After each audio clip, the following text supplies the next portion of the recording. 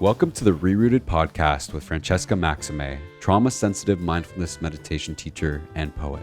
Together, we'll take a closer look at approaches to transforming trauma with insights from psychology, neuroscience, spirituality, social justice, and the creative arts. Join Francesca and her guests for an exploration of our shared connection and how we can cultivate greater compassion for ourselves and for others.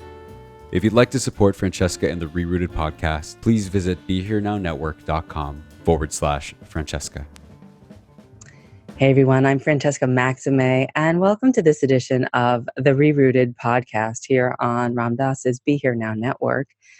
So thrilled to have you join us for this episode where we're going to be talking about healing-centered care, really. We're going to be talking about going beyond sort of the nomenclature of trauma-informed to something a little beyond that. And the person who I really feel put this on the map is my guest today, Dr. Shawn Ginwright. He is the author of Hope and Healing in Urban Education, How Urban Activists and Teachers Are Reclaiming Matters of the Heart. And he's also the author of other books as well. A leading national expert on African American youth activism, and youth development, an associate professor of education in the Africana Studies Department, and senior research associate for the Cesar Chavez Institute for Public Policy at San Francisco State University.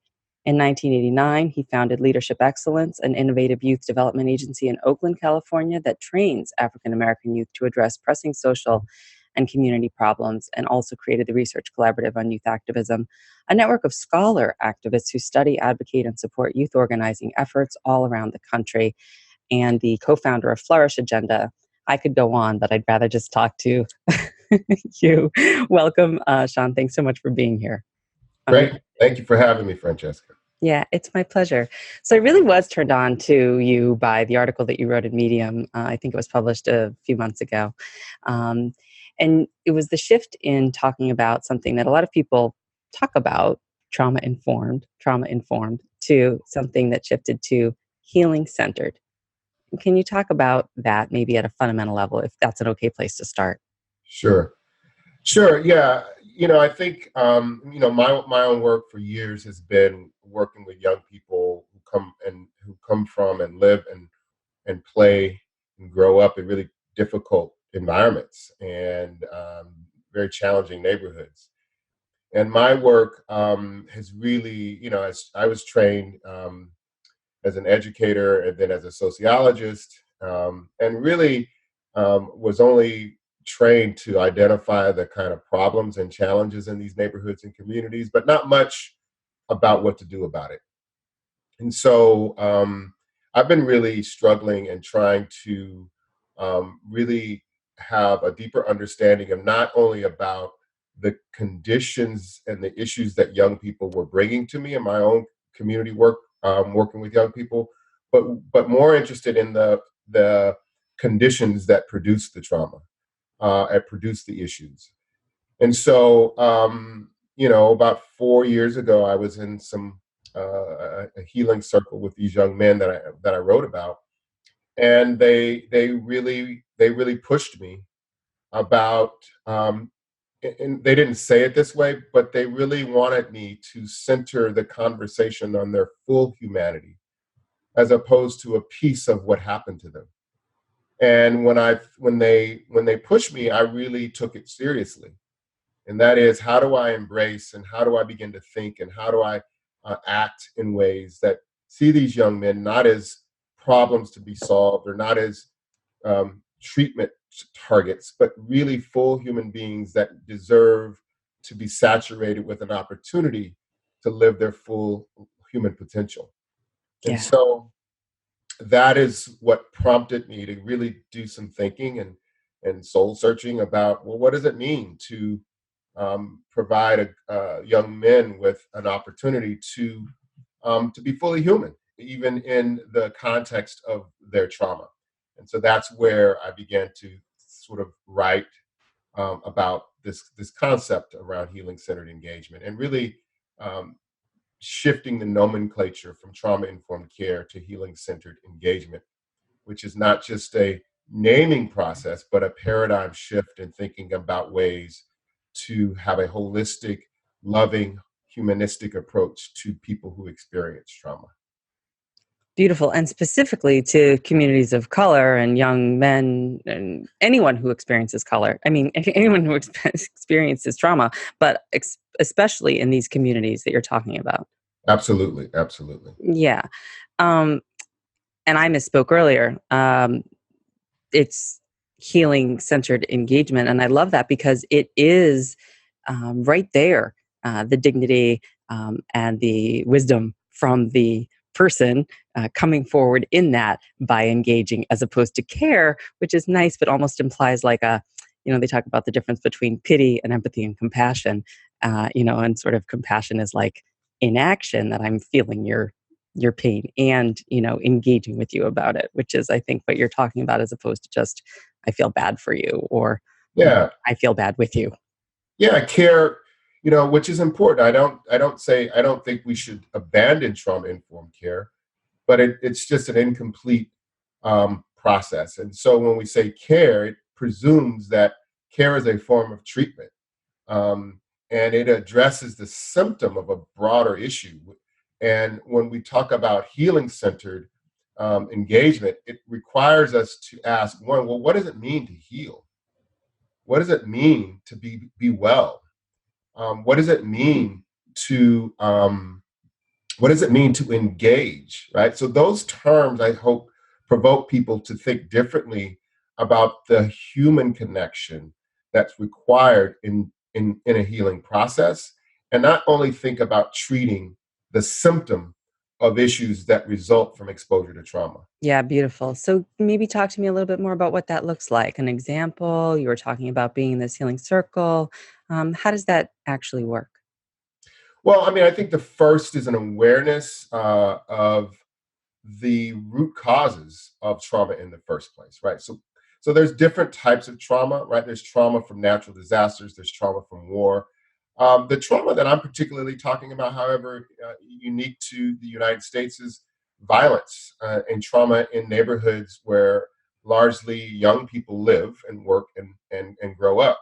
And that form of trauma, I think, even though they share symptoms with trauma from natural disasters and domestic violence and war, it's a different nature. And so I think it's important is first for people to really have a broader and a deeper understanding of what are the root causes of trauma in the first place.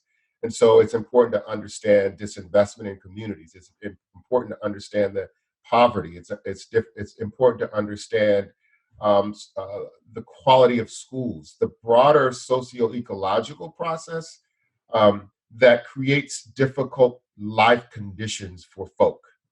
And without an understanding of the broader condition in neighborhoods, then we shift to symptomatic treatment as opposed to addressing. So the first is this awareness, right? Well, what is the community like? What are the conditions that you grow up in? And then the second is really forms of action that allow for young people to understand those conditions. So, for example, in my work, one of the things we do is we have worked with young people who grow up in very poor neighborhoods. And we want them to understand that poverty is not just something that is a result of bad decisions and bad behavior from their parents or from their friends, that poverty is systemic. And so we ask them, for example, to identify all the banks in their neighborhood, then identify all the grocery stores. And we walk them around to their own neighborhoods. And then we have them describe the quality of the housing, talk about the park, what's in the park. And then we get them in a van, and then we drive them out to the suburbs, and a very wealthy suburb is about 45 minutes from here. And we ask them to identify the same thing. How many banks do you see? How many grocery stores? What is the quality of the parks? And talk about the quality of the homes. And they're stark contrast. And so when we come back, we ask them to talk about why there's such a dramatic difference between their neighborhoods. What that physical, that sort of um, deep experiential comparison of quality of neighborhoods prompts them to ask deeper questions about how that came to be. And then we provide them with answers about the political decisions, about political investments, about how neighborhoods came to be in a particular way, so that they begin to develop a political understanding of their condition. That's the second thing. Engage them in a political understanding. And then the third is really about not only focusing on the worst thing that happened, but also focusing on their dreams. And this is an important process because the research suggests that when people have future goal orientation and when they can see themselves in the future, that becomes a healing process. It's because you're not stuck in the same reality. And so we actually have opportunities for them to talk about their dreams, the things that they want to do, the things that they want to be, and not only focusing on the worst thing that happened to them. And while that's an important part of the healing process to acknowledge what happened, we don't stop there. We have them do dream boards, talk about what your life will look like in 10 years, and have ongoing conversations about that. And then we provide them with opportunities to actually pursue those dreams. So if they want to open up a store, if they want to open up, a music studio, right? We try to get them examples of that. So the part of healing-centered engagement suggests that, yes, trauma happens. We need to address the acute conditions and symptoms of trauma, but it doesn't stop there. And the more humanistic approach is to provide an opportunity for young people to understand the political issues that are in their neighborhoods, for them to engage in some form of political awareness, and then also fostering the ability for them to dream and have future goal orientation. Yeah, I love that. I love that three-pronged approach because it's so important, and it's so inclusive of the totality of the experience and the complexity of the experience and the layers of the experience. Yeah, and I say that this is non-clinical, right? It's not a clinical treatment, and it allows for the young people's spirit to be present in the process. And we know that young people and that the healing process is not just a transactional relationship. It has to be a transformative relationship. And that transformative relationship is one where young people's spirits are present, and that the adults that are in the room, that their spirits are present, and their exchange of humanity, their exchange of vulnerability, their exchange of compassion creates the kind of healing that's necessary to support them through that process. And that's a very different thing than clinical treatment. What we're suggesting is that in order to provide that kind of healing, it's significant and important for the adults to be deeply engaged in that process as well. It's about non-clinical approaches. It's sort of what we talk about in the mindfulness world, I think. And what's your direct experience? I mean, the Buddha said, "Ehipassiko, come and see for yourself." When you're taking those kids to these different experiences into one neighborhood to another neighborhood, they're experiencing what that difference is like. They know in their body what it feels like and what they're noticing and what they're taking in a way that you could read it in a book, but it wouldn't be the same. And so that ownership then becomes their embodied wisdom, and it marries with their own wisdom, as you say, of their hopes and dreams, as well as whatever history of trauma that they've had, sort of locally, if you will. Yeah, we live in a society that doesn't promote opportunities for ongoing deep reflection, and for young people to experience these contrasted neighborhoods. And this is just one activity, but it really fosters the ability to do and practice ongoing deep reflection. And so one of the things that's important in this process is that we also believe that this healing process is as I was saying, is a transformative relationship.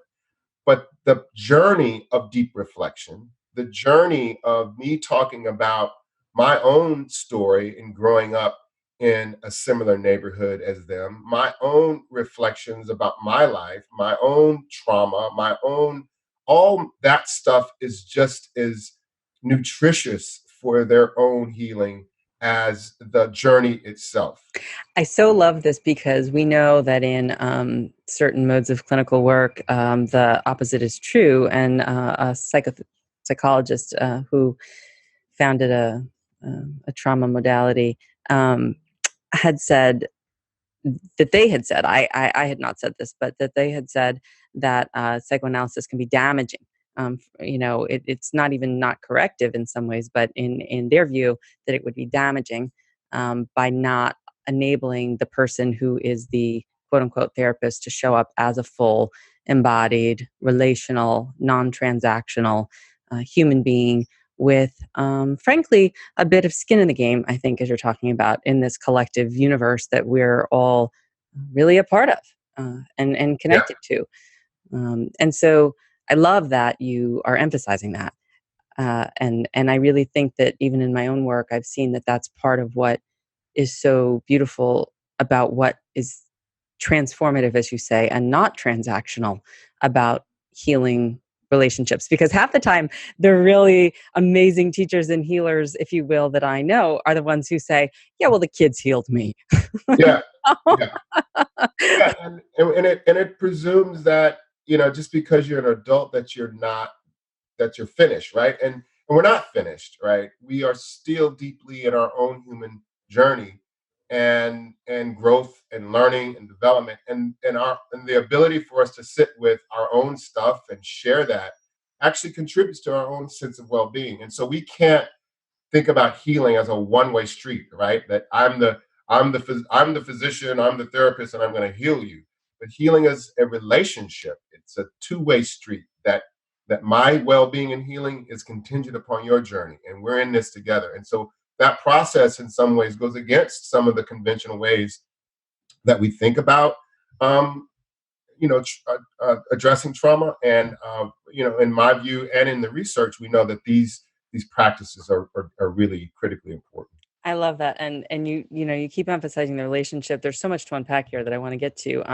Dr. Joy DeGruy, I know, talks about how the sort of worldview of, African Americans, people of color, indigenous people, even beyond, to sort of continue to have a wider frame around relationship and not the individual or hierarchical, kind of more Eurocentric model. And that would make sense, right? And coming back into presence around not having relationships be transactional, but to have them be in fact relational and to be intimate in that way implies that there's going to need to be a certain amount of vulnerability, which you're talking about, with your own experience. And if you don't mind sharing a little bit about that, I would be curious to know a little bit more about your own personal history and how, when you show up in that way as someone who is authentic with your own history, and then where you've come and what you've been able to manifest with, I'm sure, help along the way, and I'm sure continued support, how that then is helpful for them and for you. Yeah. No, my own background into this work, I grew up outside of Los Angeles, outside in Southern California, in a very, working class, two parent household, two brothers. My neighborhood that I grew up in turned violent, and my parents decided to try to get me and my brothers out of that neighborhood. And as a result of its violence, I was exposed at an early age to all of the kinds, not the same kind of violence that we see now.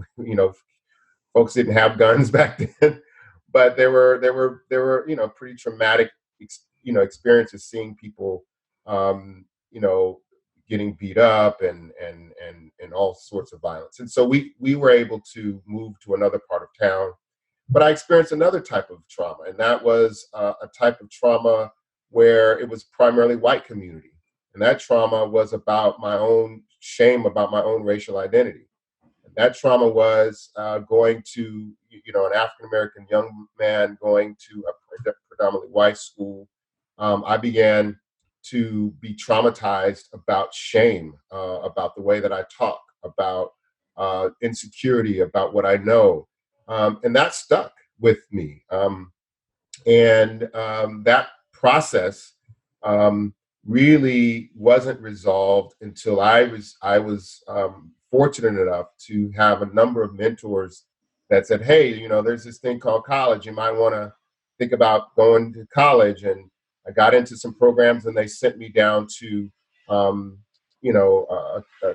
San Diego State University, where I was saturated with African American studies courses and other African American students who were on their own journey about identity. And it was at that time that I met a group of college students that said that we shared the same kind of story. We grew up in the same neighborhood. We had this sort of racial shame, and we knew a lot of other young people in San Diego were probably having the same experience. And so we decided to try something unconventional. And we said, we want to have a summer camp for Black kids in San Diego. We don't know how we're going to do it. We don't have any money. But somehow, some way, we pulled off a camp for 6 days on the campus of the university, where we brought 50 teenage kids. And we didn't know this is Francesca, this was before youth development. This was before any of the theories. We didn't know any of that. We were just some college kids that said, hey, we think we can do something good for these kids.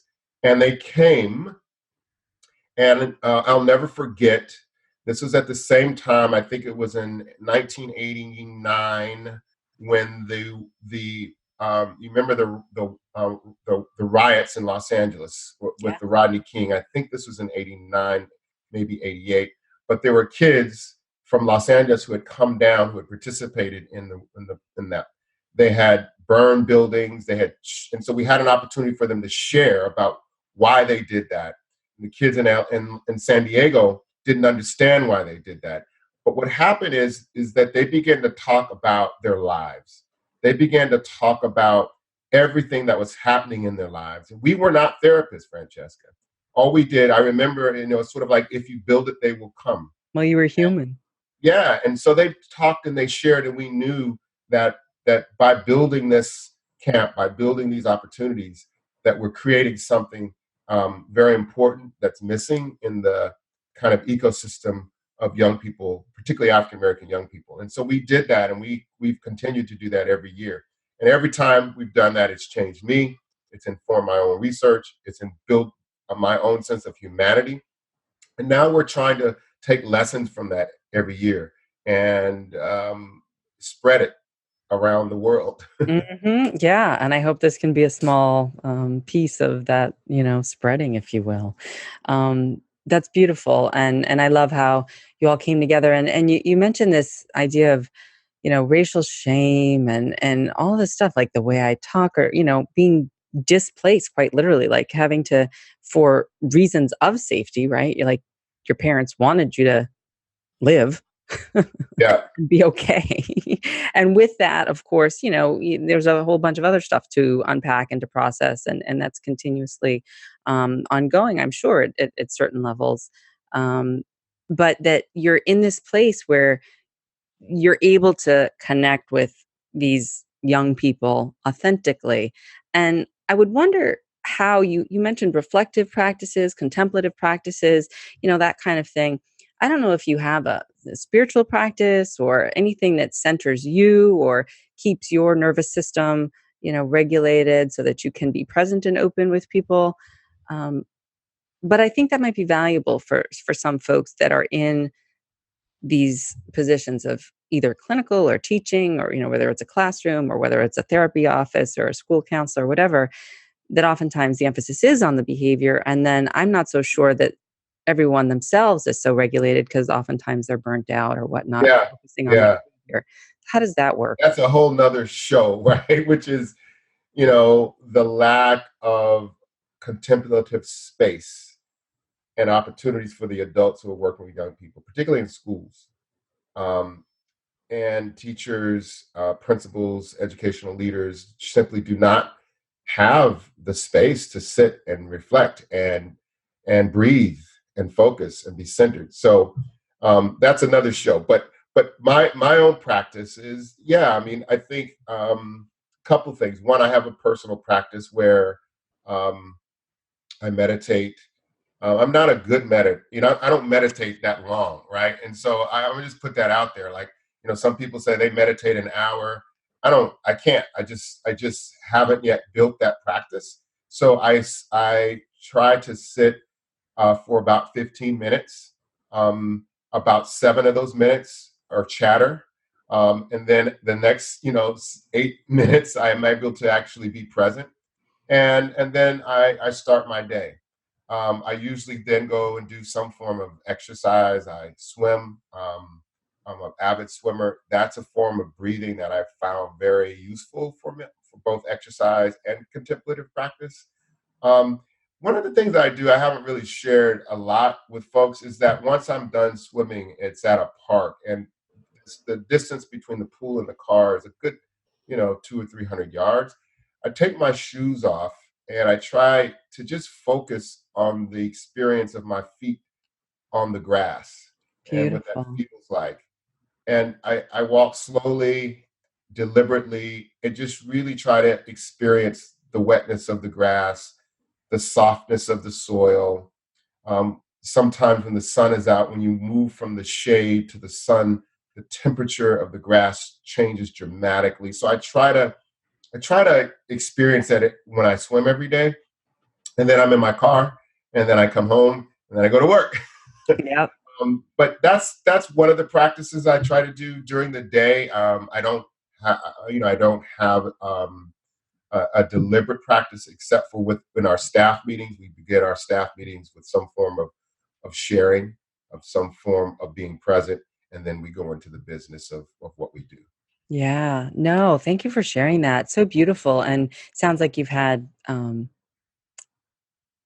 don't know, maybe you just did it on your own, but I know that when they talk about, mindful walking and walking practice and the retreats that I've been on at the Insight Meditation Center and other places, that is very much sort of the instruction, if you will. It's just notice what's here now. As you Yeah. the way the grass feels, the difference in the temperature, any sense or smells, and just sort of be there. And the fact that you're just integrating it into your morning routine is just really a beautiful invitation for other people to just say, well, okay, maybe I'll go up the stairs and maybe I'll take off my shoes and I'll notice what the pads of my feet feel like when they're walking up the stairs. Not the same as being in the grass directly, but not so different either. So Yeah. it's, it's training the mind to just notice that. So I love that. Yeah. Thank you. So as we're moving into the space of how do folks then who,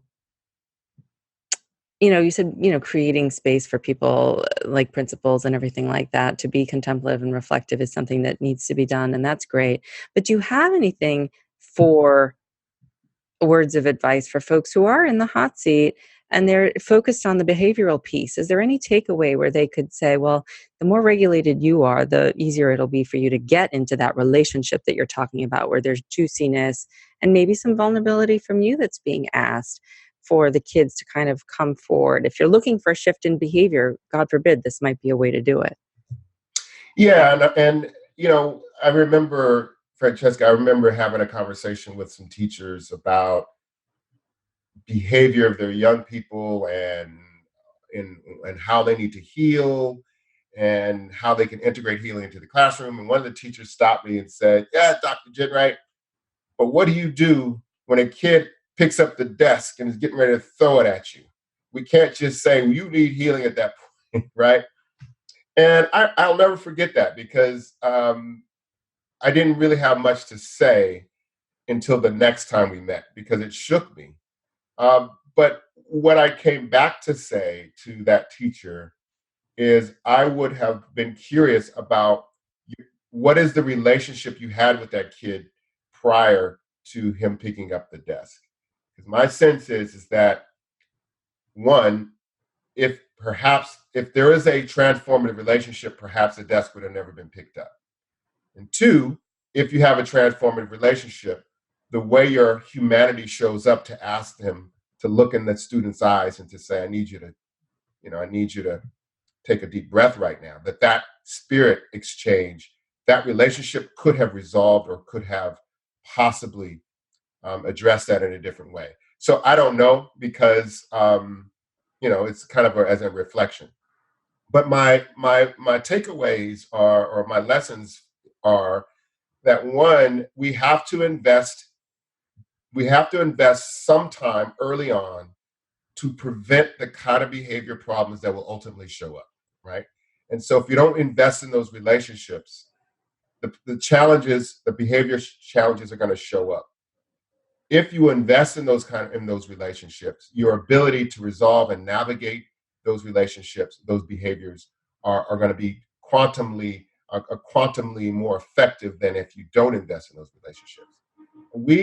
Schools and community-based organizations sometimes, particularly schools, are so, they're so regulated about time.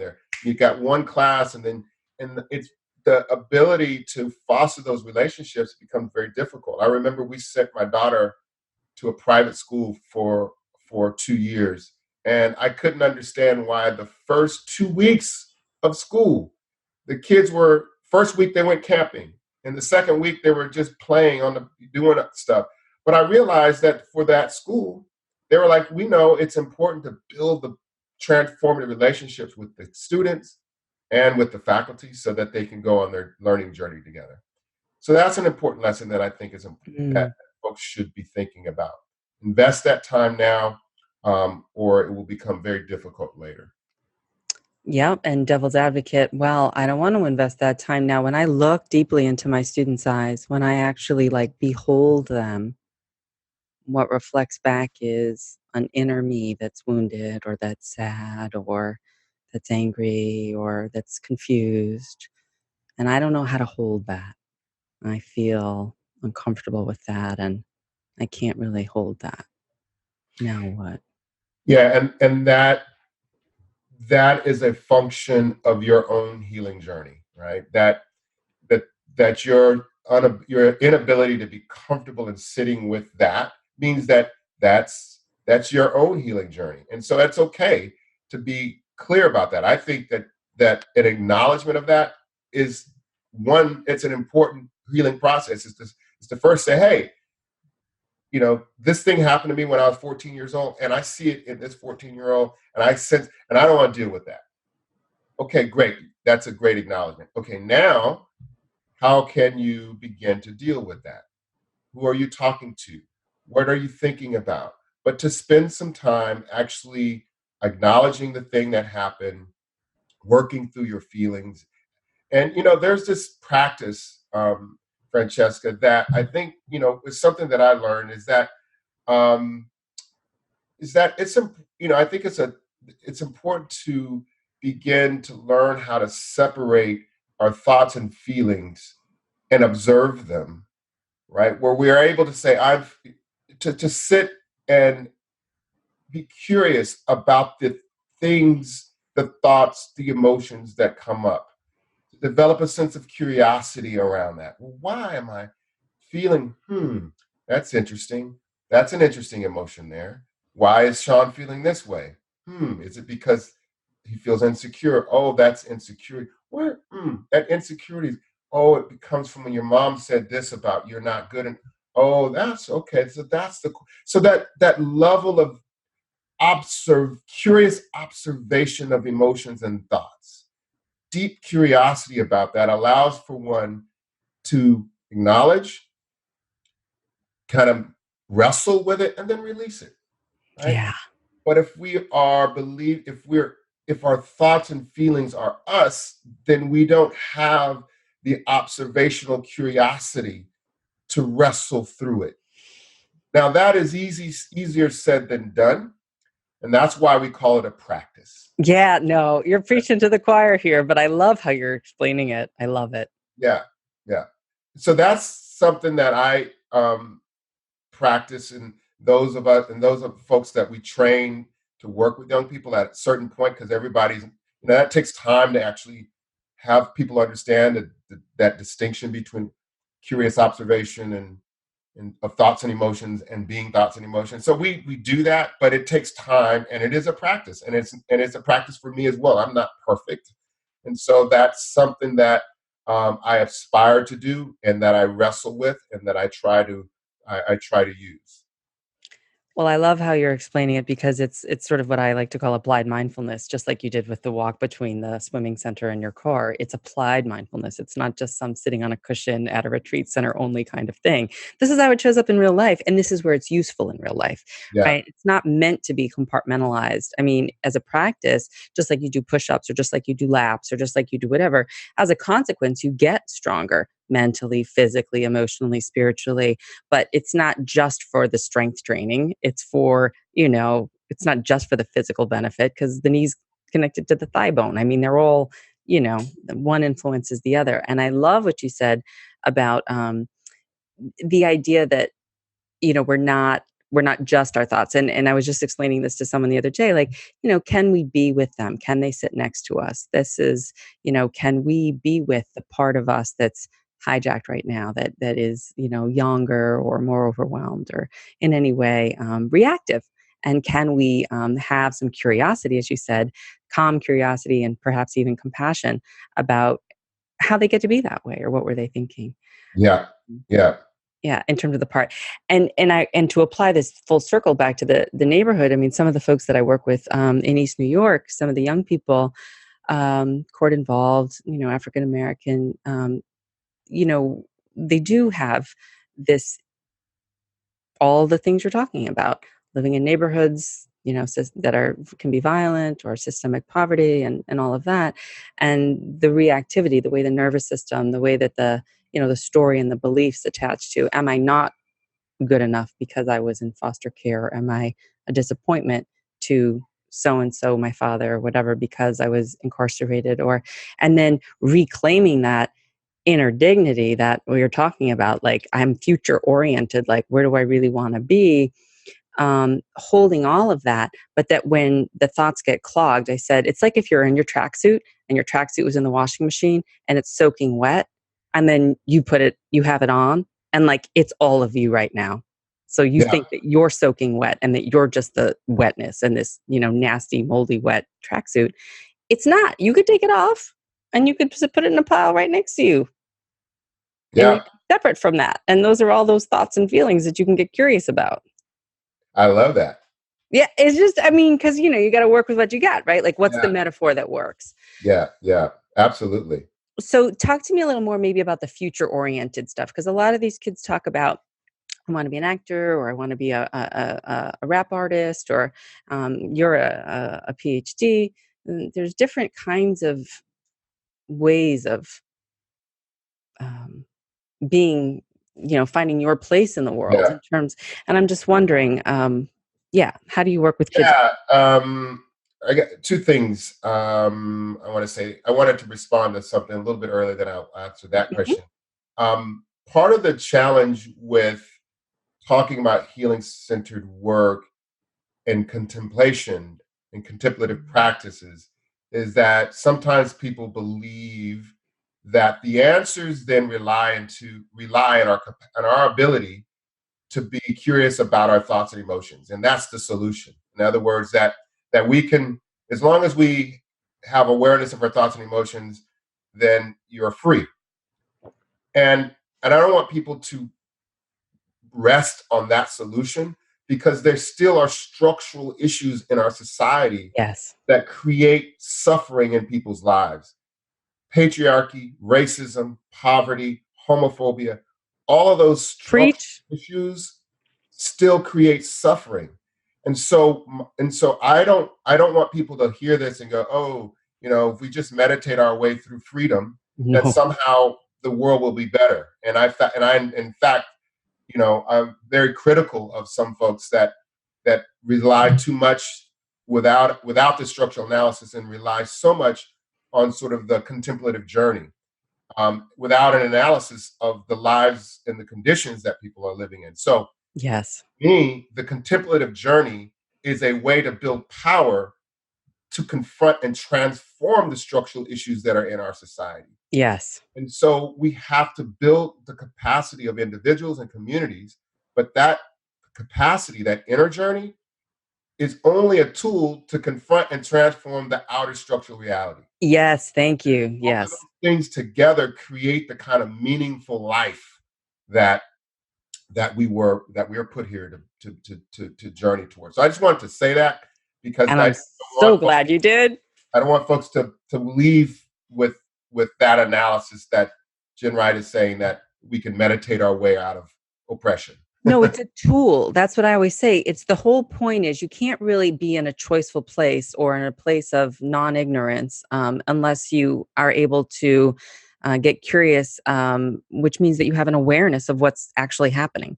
And Yeah. so, the contemplative practices, those moments to reflect, the pause and all of that, I don't want to say they're a means to an end, but they're certainly like, okay, I can be with this. I can hold this. I can get curious about this, whatever it is.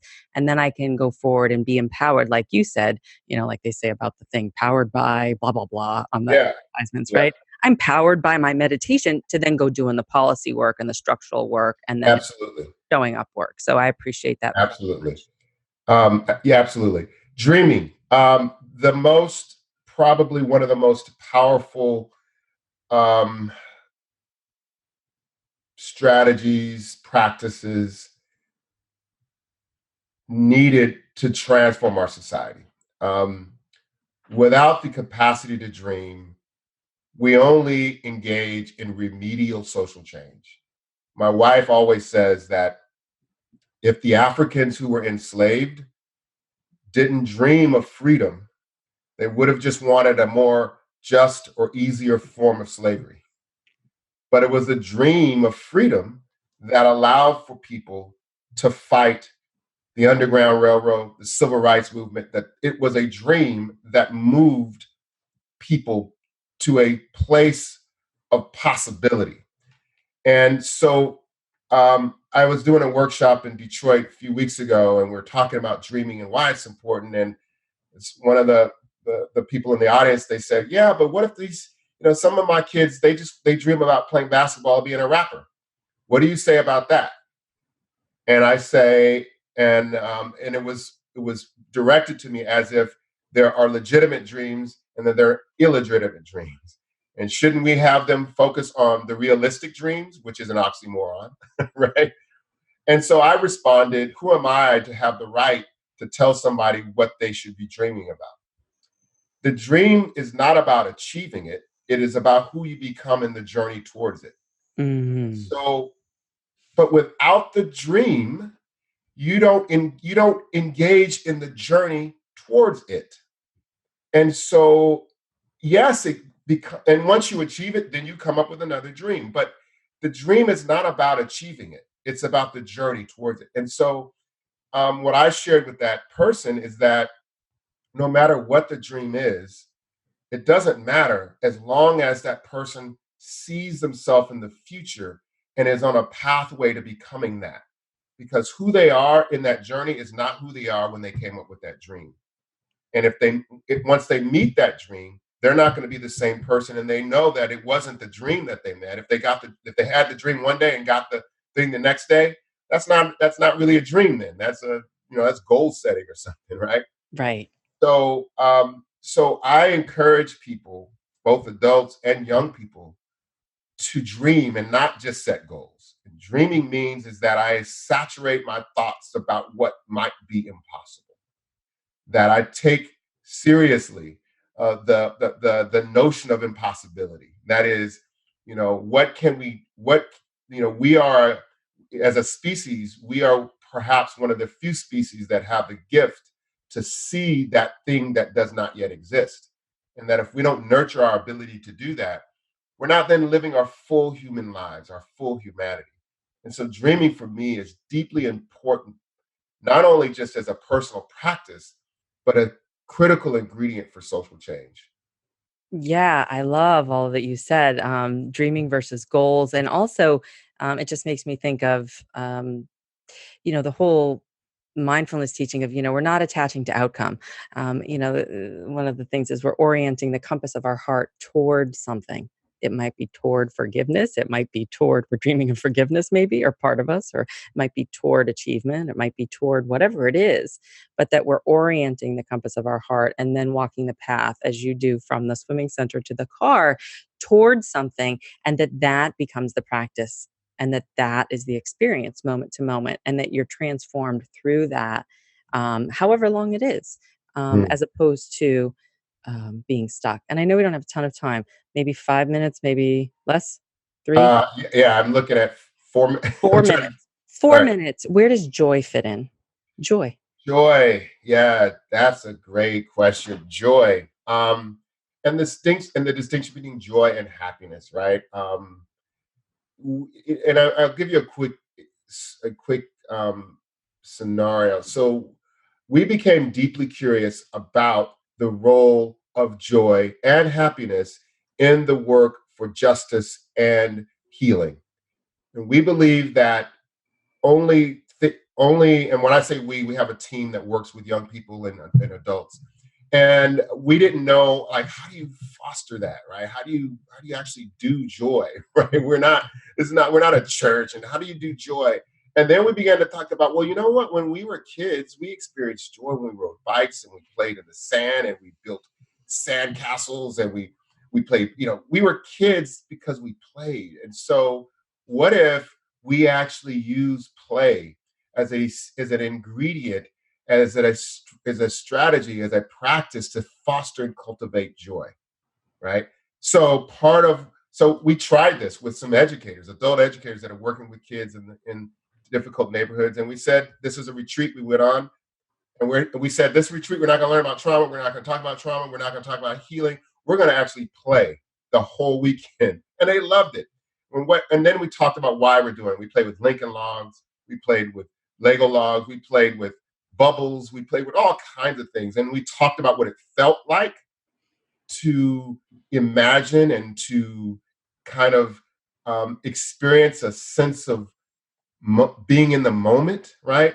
So I think joy is again one of those ingredients that sometimes we underestimate in our own sort of work for justice and healing.